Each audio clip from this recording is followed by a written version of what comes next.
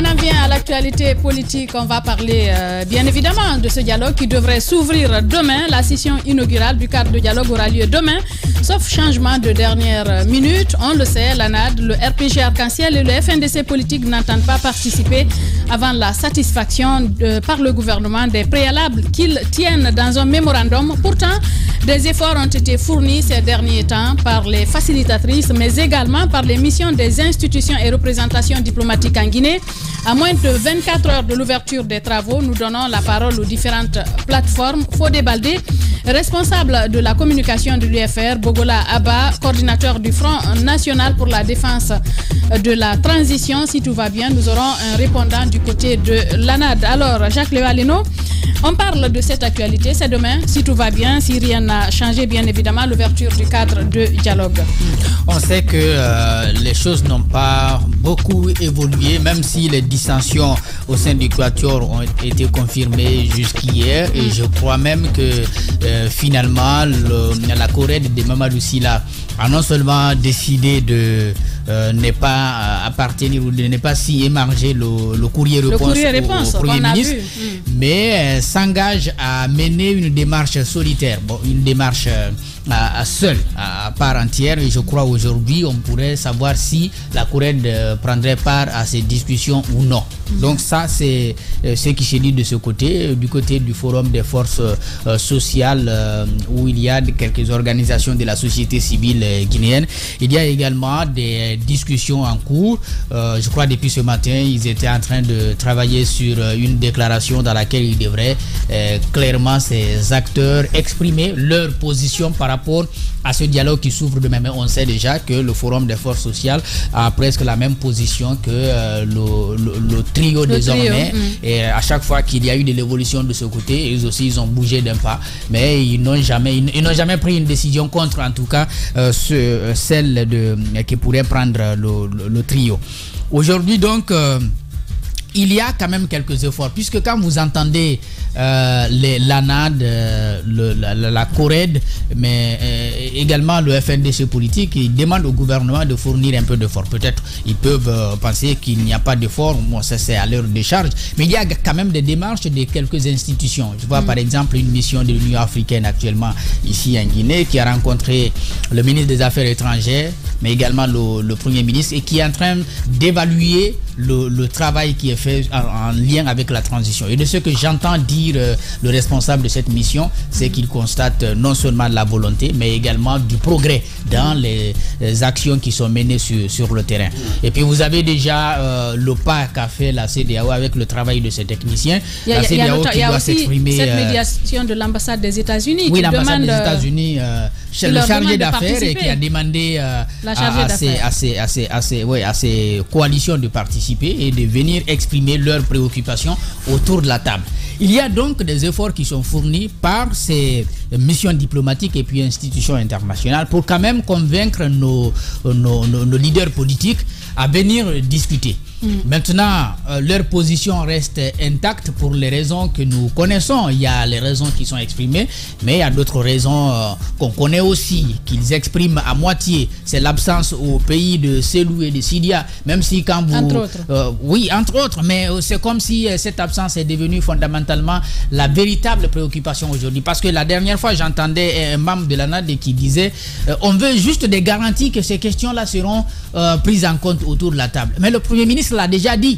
Donc je ne sais pas de quelle façon il doit encore s'exprimer ou quel geste il doit faire pour convaincre que toutes ces questions qui figurent dans ce mémorandum vont faire l'objet de discussions. En tout cas, le courrier-réponse que nous avons lu ici mentionne clairement que ces questions feront l'objet de discussions. Mais même hier, on était là avec Francis qui disait on veut que le Premier ministre nous donne les garanties qu'on en parlera. Qu'on parlera de la question des détenus, qu'on parlera des problèmes judiciaires, qu'on parlera également de la récupération des domaines de l'État, qu'on parlera des libertés publiques qui sont à leurs yeux confisquées, notamment pour des raisons d'interdiction de la manifestation ou des manifestations publiques. Je pense que toutes ces questions ont été évoquées et puis le Premier ministre ne les a pas rejetées. On peut donc se demander aujourd'hui quelle garantie, notamment, on attend, n'est-ce pas, du gouvernement mais également du CNRD avant n'est-ce pas, cette participation. Ce qui est sûr, à ce stade, on peut dire qu'ils ne viendront pas demain, peut-être au cours Même si Pépé nous a dit hier qu'il y avait des tractations en cours, qu'on ne sait pas encore. Il y a des tractations, mais de toutes les façons, s'ils doivent participer aujourd'hui, ils doivent le faire savoir, parce qu'on l'a dit, si vous dites vous participez, ce n'est pas fini. Vous désignez les gens, puisque les accréditations, madame a dit clairement hier, sont des accréditations nominatives. Les personnes qui sont désignées doivent avoir leur nom avant. Donc c'est quand même un processus qui doit se mettre en place pour que des personnes qui sont désignées soient connues d'avance et qu'ils viennent occuper dès demain leur place. Moi, je peux garder un petit espoir pour dire oui, tout est possible avant demain. Peut-être il pourrait revenir. Il pourrait revenir. Oui. Mais demain, ça va être un peu compliqué de manière pratique qu'on puisse les voir. Comment compliqué? S'ils décident aujourd'hui de participer, il suffit de contacter les facilitatrices pour qu'ils puissent avoir leur accréditation. Sauf s'ils décident d'un seul coup de dire bon, tout ce qu'on avait comme revendication, on n'y tient plus forcément. Et c'est assez compliqué de dire, parce que c'est beaucoup. Ils ont placé la barre très haute. Oui, et s'ils décidaient de venir discuter de tout cela autour de la table. Oui, mais c'est ce qui est demandé. Encore une fois, c'est ce qui est demandé. Justement, et s'ils décidaient de le faire, parce qu'ils peuvent décider. Faut jamais rien occulter. Ils peuvent décider de le faire. Mais je crois que ils ont mis, comme je l'ai dit, ils ont mis la barre très haute. Ils ont trop parlé. C'est leur droit, Jacques. Non, mais je crois que vous ne pouvez pas leur occulter le droit de parler et d'avoir des préalables. Ce n'est pas une question de droit.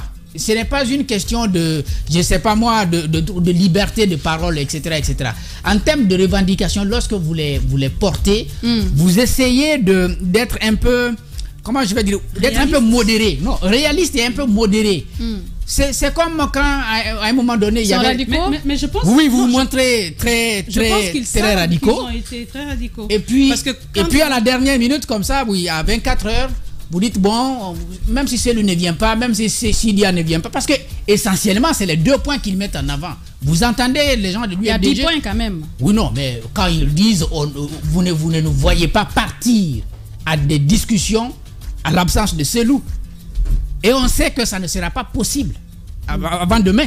Ça, quand même, c'est une question fondamentale. Laissons les autres points là. Mais prenons ça seulement. Parce qu'ils ont dit qu'ils ne peuvent pas aller à l'absence de ces gens. Je veux bien comprendre qu'à la veille, aujourd'hui, ils disent bon, on n'est plus accroché à cela. On va quand même venir. J'entends de voir un tel discours. Et après, tu diras quoi? Je ne dirai rien, mais ça ne sera pas responsable. Ils auraient fait un choix. Ça ne sera seulement pas responsable. Si, pour que la Guinée avance, ce sera responsable.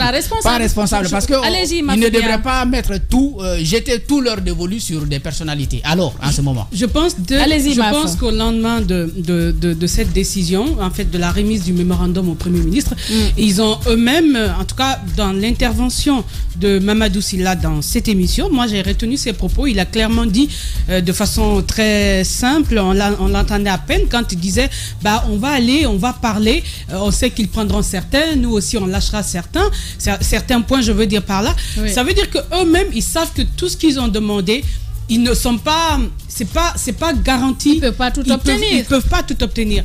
Du coup, moi, la question que je me suis posée, c'est pourquoi perdre du temps à mettre dans les revendications des choses qu'on ne doit pas mettre pour pouvoir aller plus vite. Ils ont mis beaucoup de choses ensemble et l'inquiétude qui revient souvent, c'est quelle garantie? Quelle garantie? Dans un pays où il y a eu beaucoup de dialogues et lorsqu'on s'est quitté en ne s'entendant pas sur ce pourquoi on est allé, moi je peux bien comprendre cette méfiance, mais je pense qu'il y a certaines choses qu'il va falloir laisser si on veut réussir ce dialogue. Peut-être je reviendrai. Bien, on va revenir avec vous, Mafoudia Bangoura. Nous partons sur le terrain pour prendre l'avis de Kéamou Bogolaba. Il est le coordinateur du Front National pour la défense de la transition. Bonjour, monsieur Abba. Bonjour. Bienvenue chez les Grandes Gueules. Allez-y, Antoine, pour la première question. Bonjour, monsieur Bogola. Le dialogue s'ouvre demain. Vous êtes le FNDT, vous défendez la transition. Vous êtes certainement partie intégrante de ces dialogues. Dites-nous, vous allez pour y dire quoi? Est-ce que vous avez des revendications à apporter à ce dialogue? Bon, d'abord, la première des choses, vous savez, lors de mon dernier passage dans votre émission, j'avais dit que nos amis seront en difficulté parce qu'ils n'ont pas de sujet et que le seul sujet qu'ils ont, c'est la durée de la transition. Et maintenant que la question de durée de la transition est réglée avec la CEDEAO sans leur participation, leur contribution, alors qu'ils ont passé un an à poser cette question alors qu'on les avait dit que c'est pas un sujet, et donc absolument ils n'ont pas de sujet pour aller autour de la table. C'est normal qu'ils ne participent pas. Maintenant, nous autres, je crois qu'il y a un agenda clair qui a été donné au Premier ministre. Il y a eu des assises nationales où des recommandations ont été faites par les citoyens. Il y a eu des consultations et que la transition commence effectivement en janvier. Il est donc effectivement important que les acteurs de bonne foi se retrouvent et puis discutent de comment il faut mettre ces recommandations en pratique, dont la question principale de la nouvelle constitution. Et nous pensons que ce n'est pas un dialogue de nouveau, parce que depuis le 5 septembre, nous sommes constamment en concertation. C'est une suite logique. Bien, Kiamou Bogola. Allez-y, Antoine Kourma. Pour être plus précis, M. Kiamou, on sait que de l'autre côté, l'opposition dite radicale a un mémorandum, a des revendications précises, des préalables qu'elle pose. Mais vous autres, plus précisément le FNDT, aujourd'hui, qu'est-ce que vous avez comme élément sous la main à présenter devant le médiateur, devant les facilitatrices, par rapport à cette transition? Qu'est-ce que vous revendiquez concrètement? Je crois que au niveau du FNDT, notre position a toujours été claire. Nous soutenons cette transition, nous défendons cette transition à cause de la refondation. C'est-à-dire, nous exigeons que cette fois-ci, ça soit la dernière transition. Et que les erreurs qu'on a connues avec le CNDD, qu'on ne répète pas ces mêmes erreurs. Donc, par conséquent, notre revendication est simple, que le CNRD ne fasse pas de compromis avec qui que ce soit à cause des revendications politiques ou sociales ou communautaires. Cette fois-ci, il faut engager les réformes et finir la refondation. Et donc, c'est là notre participation, aussi directe ou indirecte, à ce dialogue, c'est de pousser cet agenda-là pour ne pas qu'il y ait des compromis qui puissent mettre à l'eau les acquis de ces mois de transition et les perspectives de la refondation. Oui, M. Bogola, vous ne répondez pas à ma question. Quelle sera votre partie?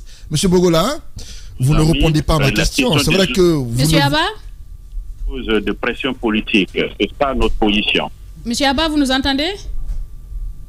Oui, je vous entends maintenant. Voilà, Monsieur Abba, je reprends ma question parce que c'est vrai, vous ne voulez pas qu'il y ait un compromis ou une compromission entre le pouvoir en place et une catégorie quelconque. Mais vous, dans ce dialogue, qu'est-ce que vous allez apporter comme élément nouveau? C'est-à-dire, quelle sera votre partition dans ce dialogue? Est-ce que le dialogue, selon vous, est nécessaire? C'est ce que je vous dis. Je dis que le dialogue, pour nous, a un seul objectif.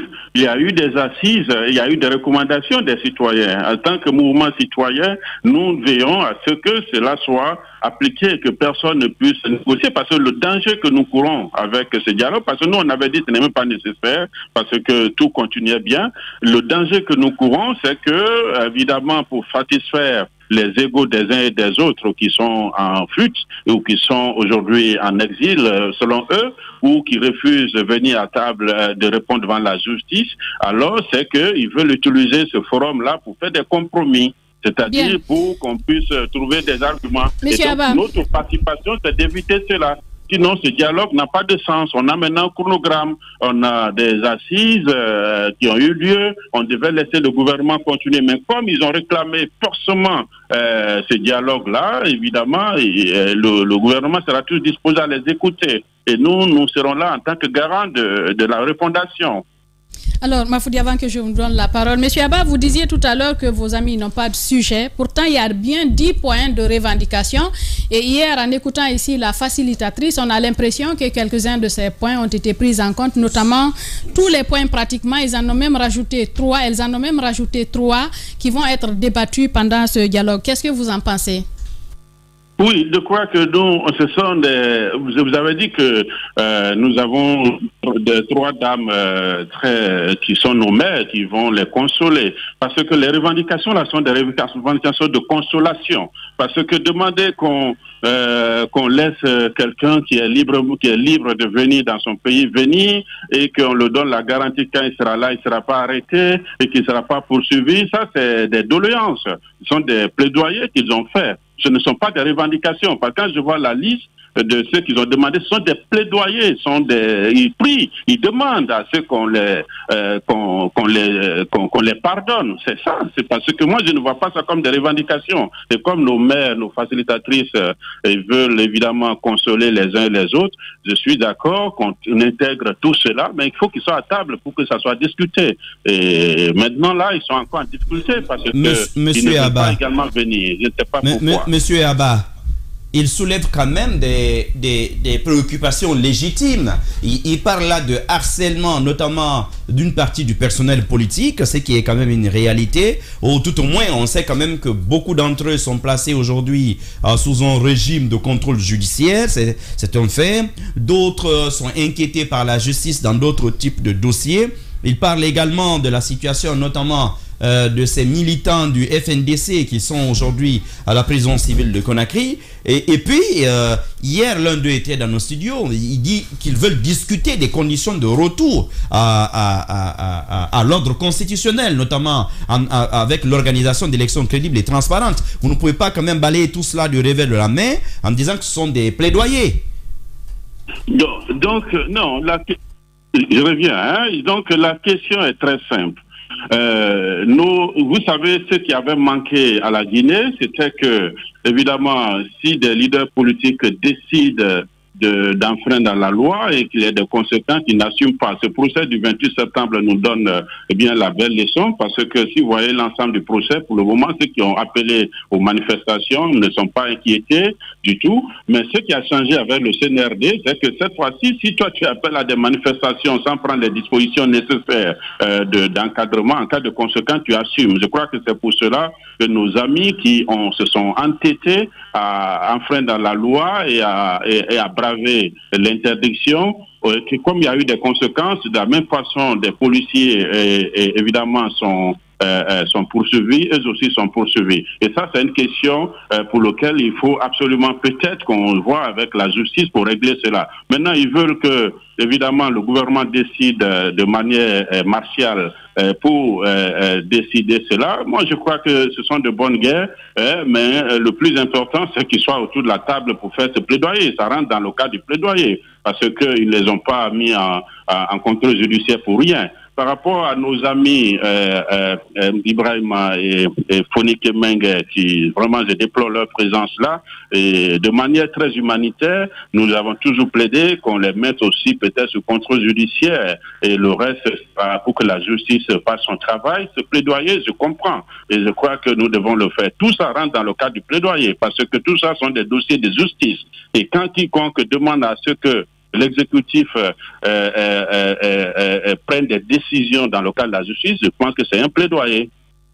Et donc, à vous écouter tout à l'heure en disant que quand les gens appellent à des manifestations et qu'ils ne prennent pas les dispositions pour les encadrer, vous pensez que c'est tout à fait normal qu'aujourd'hui, Ibrahima Diallo et Fonike Mengue se retrouvent en prison? Vous pensez que c'est normal?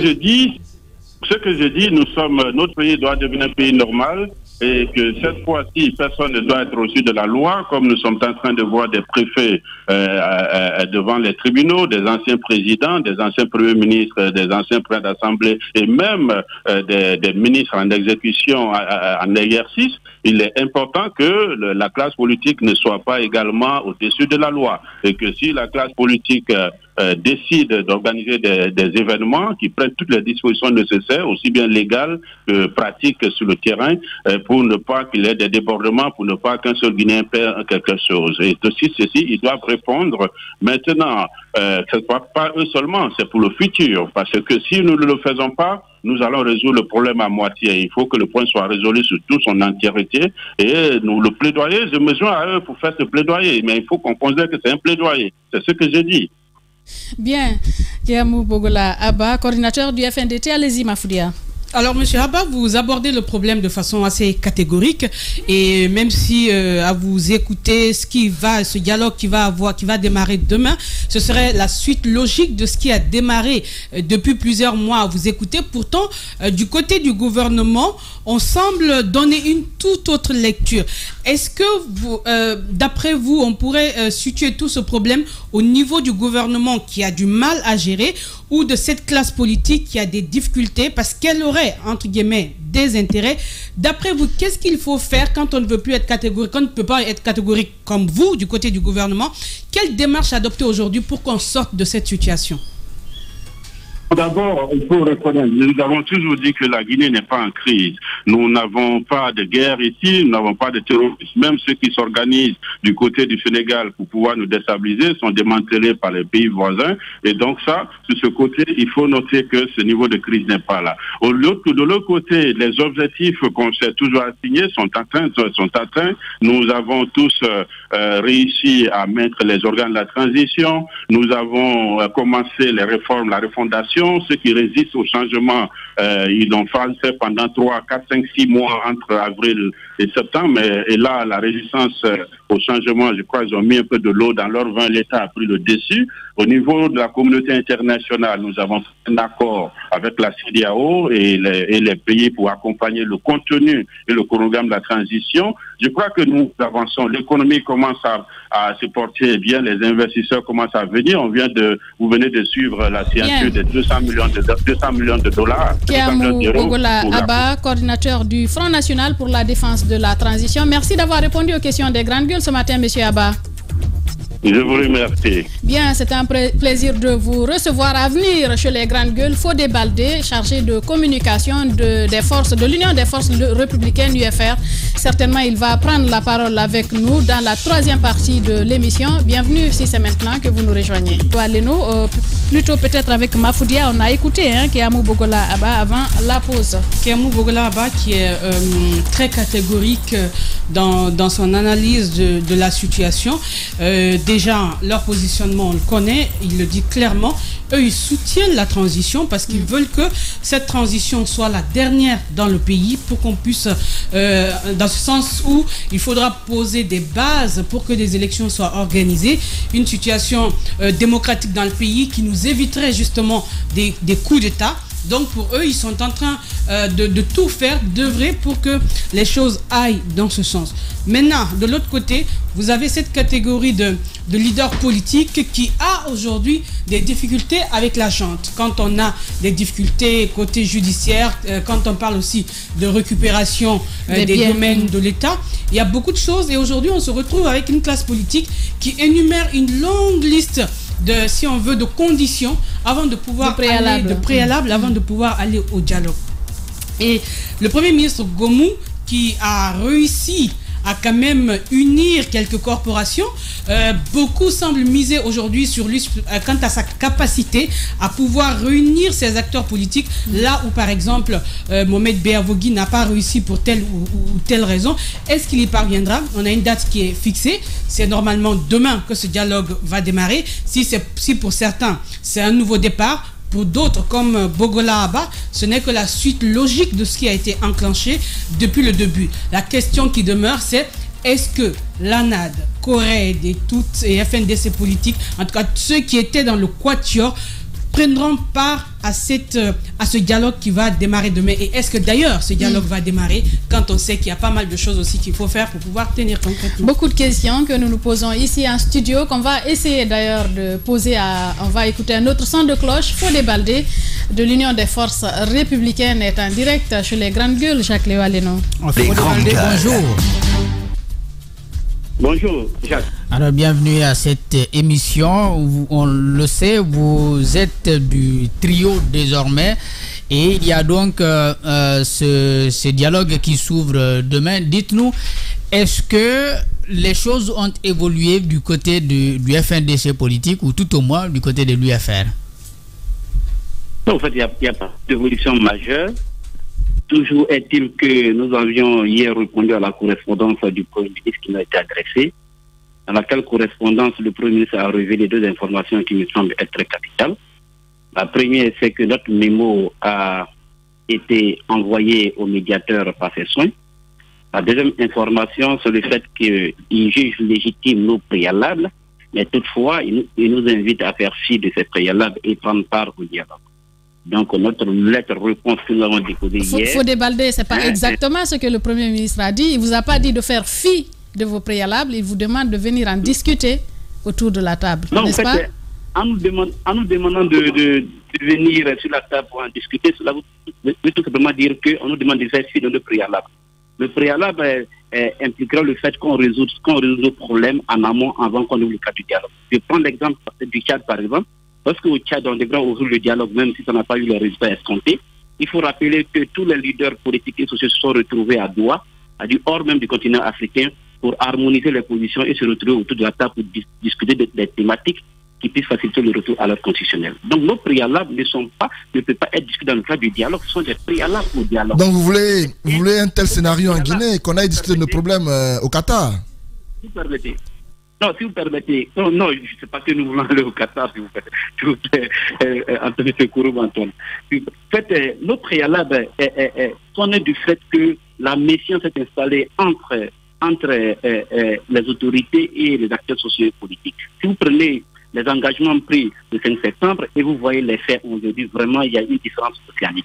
C'est tout simplement pour toutes ces raisons. Nous avons constaté, vous l'avez dit même aujourd'hui, que des personnes telles que les Fonikè Menke sont en prison, les arrestations, les interpellations, toutes les violations des droits de l'homme, la charte même, elle est violée à longueur de journée.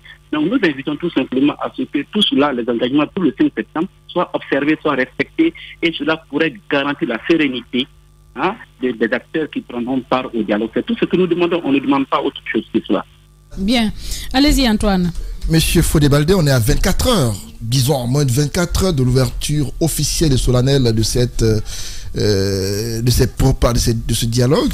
Dites-nous concrètement, il est 11h10. C'est quoi la position concrète de l'UFR à ce dialogue? Vous allez ou pas? Non, la position de l'UFR a été connue depuis le samedi dernier au siège. Nous l'avons annoncé que nous ne sommes pas concernés par le dialogue tel qu'il est constitué. Et aujourd'hui, c'est le trio, c'est-à-dire les coalitions, l'ANAD, le RPG, Arc-en-Ciel et le FNDC politique, qui, de façon consensuelle, nous avons estimé que le cas tel que constitué ne peut pas permettre un dialogue fécond et répondre vraiment aux aspirations du peuple de Guinée, encore que nous constituons 95% de la population guinéenne quand on se réfère aux dernières élections depuis 2010. Donc cela prouve à suffisant que nous avons la légitimité de parler au nom de la population guinéenne. Nous avons la légitimité électorale, mais nous avons aussi la légitimité aussi politique. Donc les deux légitimités mises ensemble, je pense qu'au moins avant d'ouvrir un tel cas de dialogue, on aurait dû demander au moins, ne serait-ce que se concerter avec les acteurs politiques et sociaux concernés. Je pense que ce n'est pas chose qui a été faite. Cela prouve à suffisance qu'il y a une détermination réellement de la part des autorités actuelles à agir de façon unilatérale et à ne pas impliquer autres acteurs que ceux avec lesquels ils s'entendent. C'est l'impression que moi j'ai personnellement. Donc nous estimons que ce cadre, à la vérité, ne nous concerne pas encore une fois. Bien, Fodé Baldé, chargé de communication de l'Union des forces républicaines. Allez-y, ma Fodé. Alors, Fodé Baldé, est-ce que vous n'avez pas le sentiment du déjà-vu dans tout ce qui est en train de se passer? Vous évoquez des problèmes dont on pourrait débattre autour de la table. On parle de garantie. Finalement, qu'est-ce que vous voulez pour aller, si ce n'est alors acquérir d'abord ce que vous voulez, parce que si c'est garanti à un moment donné, il y en a qui parlaient de manque de confiance. Est-ce que justement l'inquiétude peut justifier l'absence autour de la table? En fait, l'inquiétude peut justifier notre absence autour de la table, parce que tout simplement, si les premiers engagements pour le 5 septembre n'ont pas été respectés, quand il prend le pouvoir le 5 septembre, il a dit que ce qui se passait par le passé ne sera plus d'actualité. Donc nous supposons que les droits et les libertés seront respectés. Nous supposons qu'aucun Guinéen encore ne tombera sous le coup sous une balle. Donc nous supposons vraiment que tout ce qui a été dit, c'est le contraire qui se réalise. Donc quand vous avez le Fodé Baldé, Si vous permettez, hier à écouter l'une des facilitatrices, notamment Dr Makale Traoré qui était dans ce studio, elle a justement parlé de certains de vos points de revendication. Vous parlez de personnes qui ne tomberaient plus sous le coup d'une balle. Elle a parlé notamment de la gestion des manifestations, mais aussi de la gestion des personnalités politiques par rapport au dossier judiciaire. Est-ce que vous ne pensez pas que ce serait bien de venir en parler autour de la table pour voir si vous pouvez obtenir gain de cause ou pas? Dans le cas échéant, vous pourrez peut-être par la suite continuer toujours à revendiquer. Vous ne pensez pas que ce serait bien de venir aujourd'hui participer à ce cadre de dialogue? D'abord, il serait important de préciser une chose à ce niveau-là. Je vous rappelle que la correspondance qui nous a été envoyée, il ne faisait pas mention des thématiques. On nous demandait d'abord de déléguer nos représentants, c'est-à-dire qu'on ouvre un dialogue. D'abord, un dialogue pour lequel d'abord vous n'êtes pas partie prenante, vous ne savez pas, vous n'avez pas pris part au débat, le format, vous ne savez pas les thématiques. On vous demande d'envoyer les hommes, et si c'est plus tard que vous serez informé des thématiques. Je pense qu'à ce niveau-là, vraiment, la procédure n'a pas suivi son cours normal. Maintenant, cela dit, est-ce qu'on peut accepter que de telles choses se débattent dans le cadre du dialogue? Je pense que le cadre du dialogue, il s'agit du retour à l'ordre constitutionnel. Il y a des questions. Avez-vous reçu les TDR ou pas? Non, on n'a pas reçu les TDR. Dans les conditions, si on parle d'élection, dans les conditions, pourquoi vous mettez alors vous des éléments qui n'ont rien à voir avec la Constitution, avec l'organisation des élections?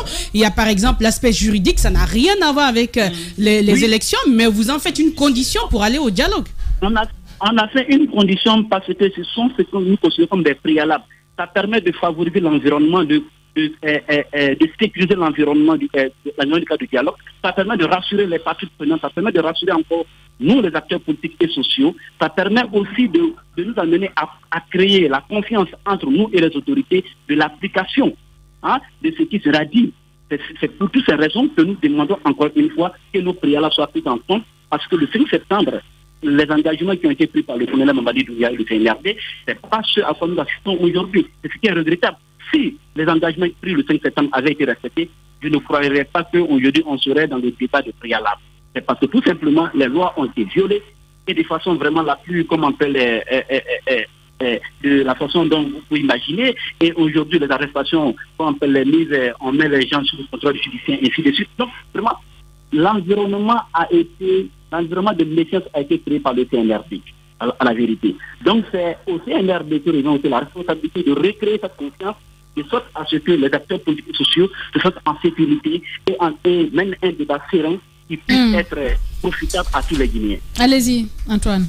Fodé Baldé, l'une des questions que beaucoup se posent, c'est votre bonne foi. Est-ce que les acteurs politiques, notamment ceux de l'ancien quatuor devenu trio, est-ce qu'ils ont véritablement la volonté d'aller à ce dialogue? Est-ce qu'ils veulent que la transition prenne fin aussitôt? Parce que vous dites vouloir revenir à l'ordre constitutionnel, mais jusque-là, on n'a pas encore commencé cette transition. On vous propose un cadre pour discuter du contenu de la transition, vous posez des préalables, et de l'autre côté, il y a une guerre que vous menez à l'interne même de votre camp. C'est cette question liée au coordinateur du quatuor. Moi, je pense que les questions internes au quatuor sont réglées de façon interne. Je crois que c'est pourquoi vous m'avez appelé ici, c'est pour que nous parlons de ce qui engage tous les Guinéens, sinon ce qui engagera le quatuor. Donc, pour revenir rapidement, disons, à la première interrogation qui consiste à savoir si nous tenons plus à nos préalables. Effectivement, nous tenons à nos préalables, parce que tout simplement, comme encore une fois je disais tantôt, ce sont des conditions de sérénité, de sécurité, d'un dialogue fécond. Fodé Baldé, donc de l'UFR. Allez-y, Mafoudia, pour votre question. Fodé Baldé, quand vous dites qu'on a besoin de rassurer les acteurs politiques avant ce dialogue, les rassurer comment? Il y a quand même une poursuite judiciaire contre pas mal de Guinéens qui ne sont pas politiques. Comment demander qu'il y ait des exceptions pour ceux-ci et pas pour tous les Guinéens? Comment est-ce que vous comprenez cela? Est-ce que vous n'êtes pas en train de vous servir de votre position d'acteur politique pour vous couvrir? Non, je pense que vous faites une fixation sur les politiques. Quand vous prenez le mémorandum que nous avons adressé au Premier ministre, on ne parle pas que des politiques, on parle même des expropriations des biens privés de tous les Guinéens, de tout, même les secteurs privés, ainsi de suite. On appelle tout simplement à l'observance des principes et de la loi dans notre pays. C'est ce que nous demandons. Nous ne demandons pas de faveurs à notre égard. Nous demandons tout simplement le respect de la loi. On ne demande pas de faveurs, hein. Que cela soit très bien compris. On ne demande pas de faveurs. Nous demandons tout simplement que la loi soit respectée dans sa plénitude. C'est tout ce que nous demandons. Si cela est respecté dans sa plénitude, je pense très bien que nous serons tous aujourd'hui autour de la table. Encore une fois, il faut le préciser. Nous sommes, par exemple, quand vous prenez, on appelle toutes les coalitions ici, les coalitions. Vous prenez le cas du FNDC. Donc, je dis Founike Manga et Ibrahima Diallo sont en prison dans les conditions que vous connaissez, on dit qu'ils n'ont chez eux. Et ils sont en prison. Ils étaient dans l'obligation d'observer une grève de la faim pour voir au moins évoluer leur dossier au niveau de la justice et qui s'est tout de suite qu'on appelle stopper. Quand vous prenez le cas d'Honoré Sekouyaya dans les conditions dans lesquelles il a été évacué de la Tunisie, ça a vu les conséquences, hein, la mort de sa mère, la mort de la maman de Founike Manga. On ne peut pas vraiment dissocier la mort de ces mamans-là à la détention injustifiée de leurs enfants. C'est impossible. Donc, vous dites que tout simplement, où nous en sommes, la loi n'est pas respectée de sa plénitude. Si c'est respecté de sa plénitude, je pense que les acteurs sociaux qui sont dans le quatuor et même dans le trio, dans le Troïka, peuvent permettre effectivement, peuvent répondre tout de suite au dialogue avec la médiation de la CEDEAO.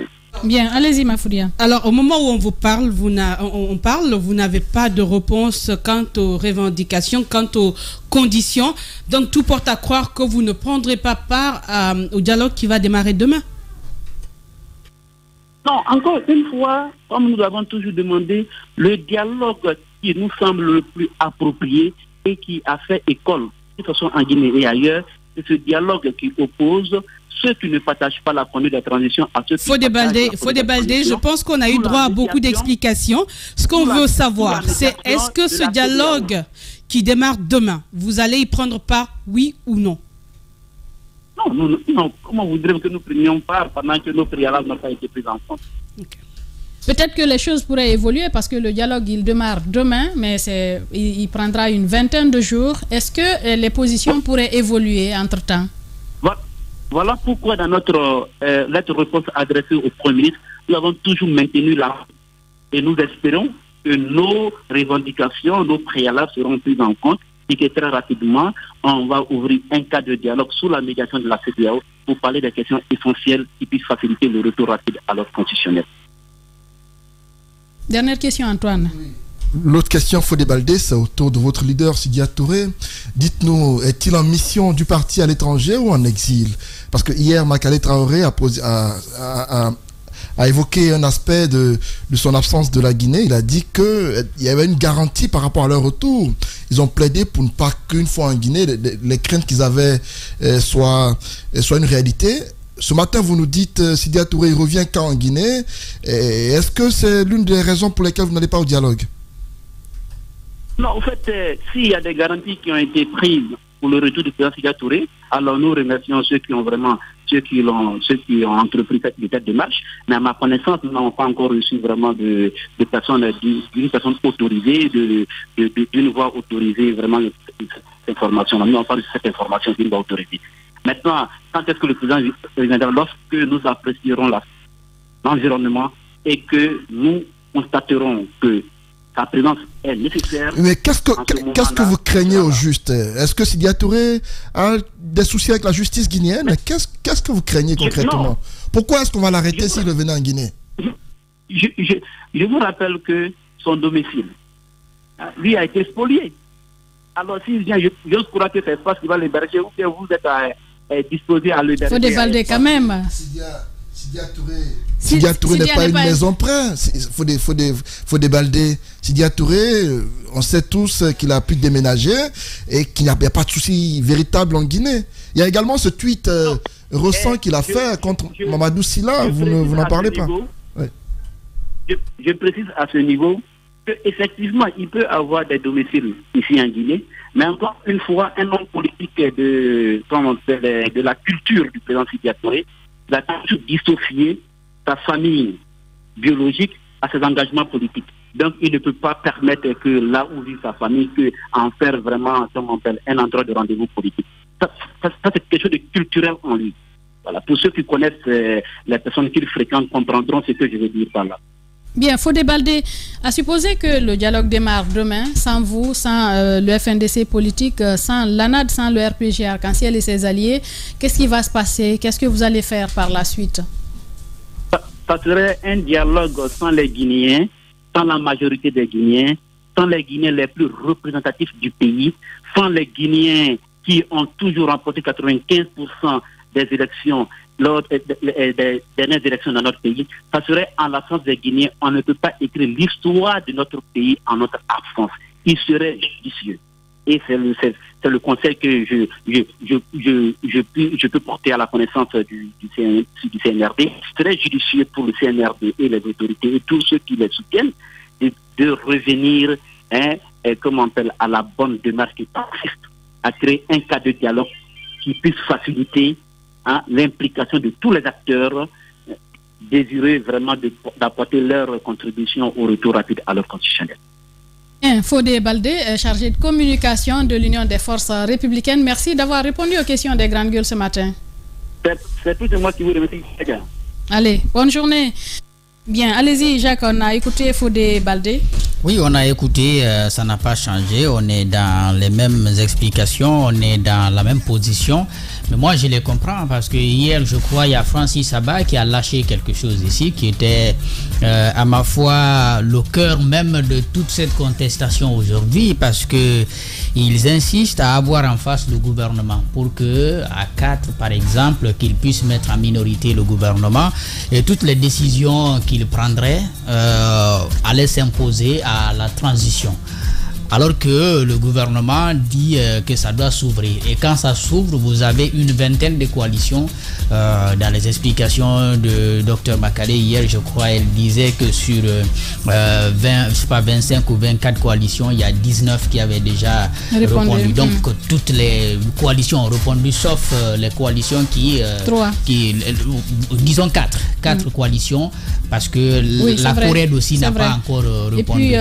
Et au sein les forces sociales aussi. Et oui, autour d'une table de discussion comme celle-là, vous allez examiner la situation et après, il y a des décisions qui se prennent en comité restreint. Après, c'est envoyé en plénière et en plénière.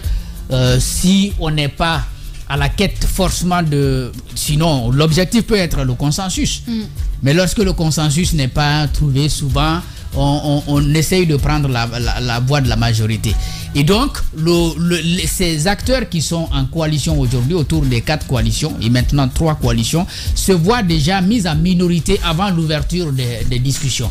C'est la même chose, c'est la même raison pour laquelle ils avaient demandé, et ils ont déjà d'ailleurs ramené la même revendication dans leur mémorandum. Lorsque le CNT se mettait en place, ils avaient constaté que les politiques étaient, la présence des politiques était réduite.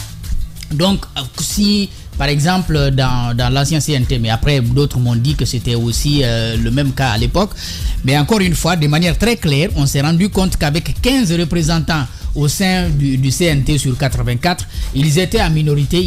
Leur désiderata ne pouvait pas s'imposer à l'ensemble des conseillers nationaux de la transition. Donc, c'est la même chose qu'ils voient avec ce dialogue. Il faut, on aura nos revendications et c'est connu. Et ils disent qu'ils ne viennent pas discuter de toute question qui n'est pas en rapport avec l'organisation des élections et donc devant conduire le pays au retour à l'ordre constitutionnel. Donc c'est la question de la constitution elle-même.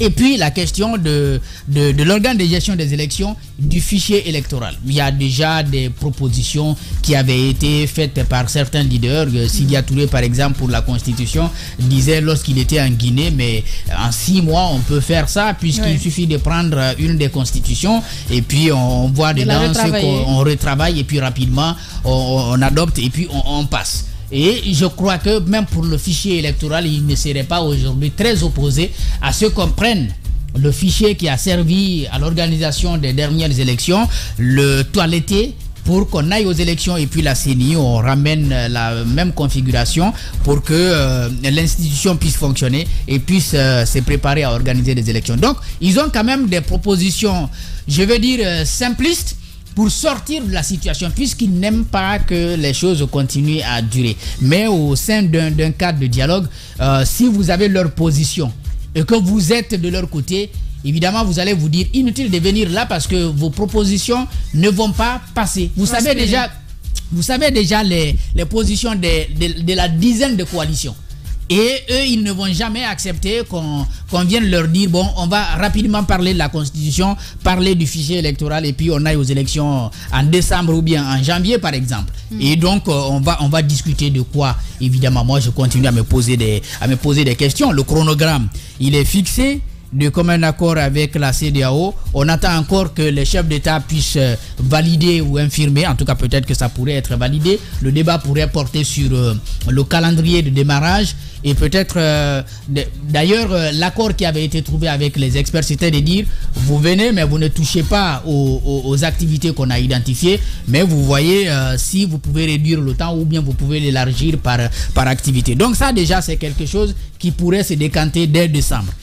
Et puis le recensement général de la population et de l'habitat, l'opération est déjà lancée. Et la question est quand même mise encore dans si vous voulez, dans les TDR pour des discussions. J'ai bien envie de comprendre comment on va aborder cette question au moment où dès janvier déjà l'opération va devoir démarrer, d'après en tout cas le gouvernement.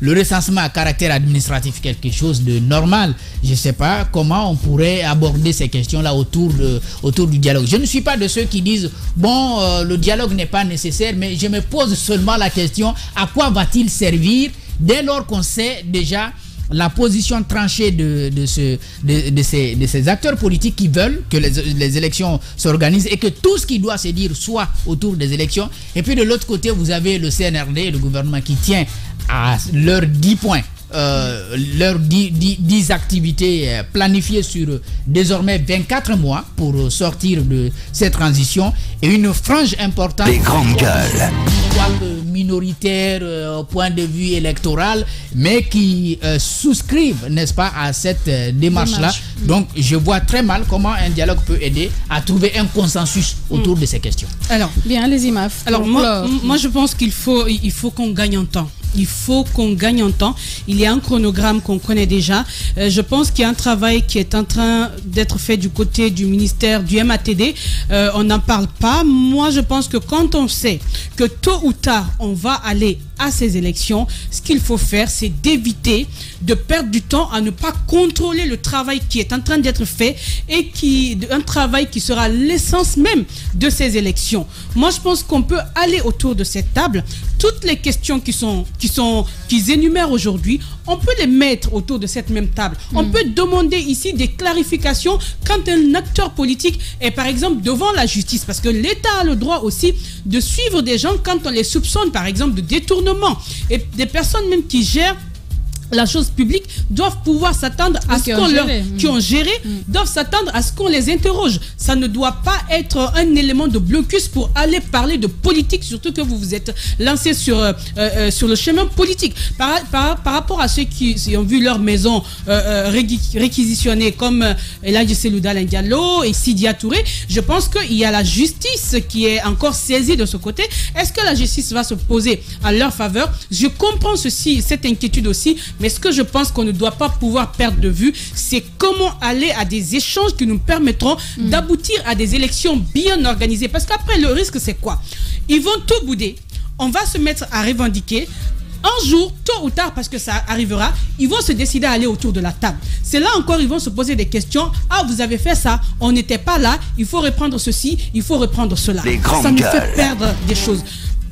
Ce pays, c'est le nôtre. Oui. Malheureusement, on fait partie de ces pays où tout le temps on revient sur ce dialogue politique. C'est le caractéristique des pays qui ne bougent pas beaucoup parce que les autres sont en train de travailler. Même s'il y a des soucis politiques, ils en parlent, mais c'est pas de nature à freiner le pays. Et aujourd'hui, c'est ce qui se passe. Le CNRD essaie de prouver qu'il y a du travail qui est fait parallèlement, mais vous suivez les médias aujourd'hui, vous allez dans certains espaces, ce qui domine, c'est cette actualité politique qui pourtant cristallise les attentions. Je pense qu'il faut en sortir et vous n'avez pas besoin d'être celui-là qui gère pour vous en inquiéter, parce que souvent c'est la position qu'on se donne. Ah, c'est pas moi qui gère, ce n'est pas moi qui suis au pouvoir, donc c'est facile pour moi d'avoir telle ou telle proposition. Moi, je pense que ce qu'il faut voir, c'est la Guinée, ce que nous perdons et ce que nous avons à gagner pour pouvoir sortir bien de cette transition. Bien, allez-y rapidement, Antoine, sur la question.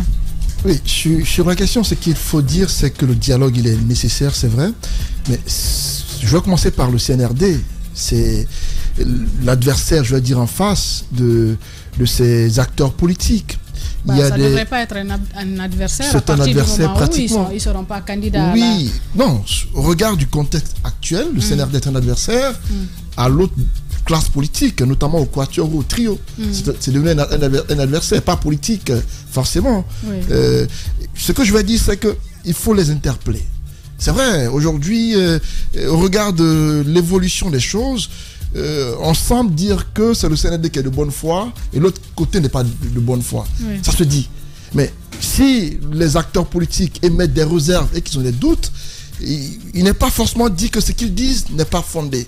Ils ont des raisons d'avoir peur, ils ont des raisons d'avoir des craintes par rapport à votre bonne foi, par rapport à votre sincérité dans la conduite de ces dialogues.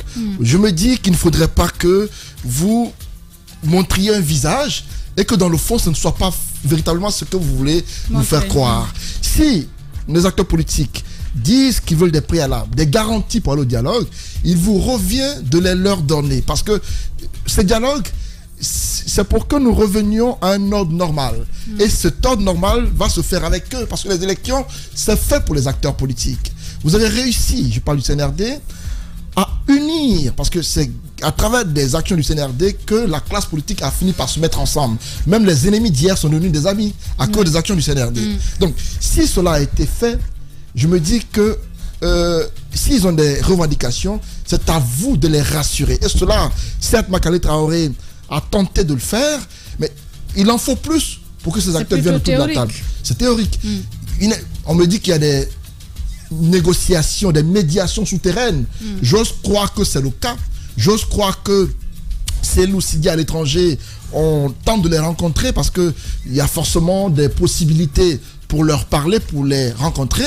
Je me dis que cette transition est celle de tout le monde. Il faudrait associer tout le monde à cela. Il n'y a pas de nécessité d'exclure les gens. Si le dialogue a lieu demain, c'est vrai, c'est une ouverture, les gens peuvent prendre le train en marche. Qu'on ne mette pas de côté les négociations. Je me dis, à entendre Fodé Baldé, je pense qu'il y a une lueur d'espoir pour que ces gens reviennent autour de la table. Parce qu'ils ont intérêt à revenir. Hier, on a vu ce communiqué de l'ambassade des États-Unis qui a dit avoir rencontré, qui fait une médiation pour leur retour autour de la table. Je pense que Sidia Touré Cellou feront peut-être des tweets ou des publications sur les pages parce que c'est généralement eux qui donnent le ton pour que les choses se fassent. Cellou certainement fera une publication sur Facebook pour, comme il sait le faire, pour vous donner... Non, il va certainement le faire d'ici aujourd'hui ou demain. Il va faire une publication sur sa page officielle Facebook pour... Ça, c'est l'espoir qui parle. Comme d'habitude, non, pas un espoir. Je sais de quoi je parle. C'est l'espoir. C'est un souhait que tu exprimes. Comme il sait bien le faire, c'est ce que j'imagine. Comme il sait bien le faire, vu tel, pour nous endormir, on décide d'aller les écouter. On espère que cela va se faire, c'est un espoir désormais, que ces gens reviennent autour de la table pour que ce dialogue se fasse enfin, pour qu'on sorte de ces choses qui durent. Parce que disons une chose, il y a des partis politiques qui ont beaucoup à perdre. Des élections, c'est pour bientôt. La transition commence quand? En 2023. Pour prendre fin quand? En 2025. Qui a intérêt à aller à ce dialogue? Tous les partis, certes, sont dans le même sac, mais le poids n'est pas le même. Voilà. Antoine Kourma, voilà ce qu'on pouvait essentiellement dire sur cette actualité politique. Nous changeons de cap dans un instant.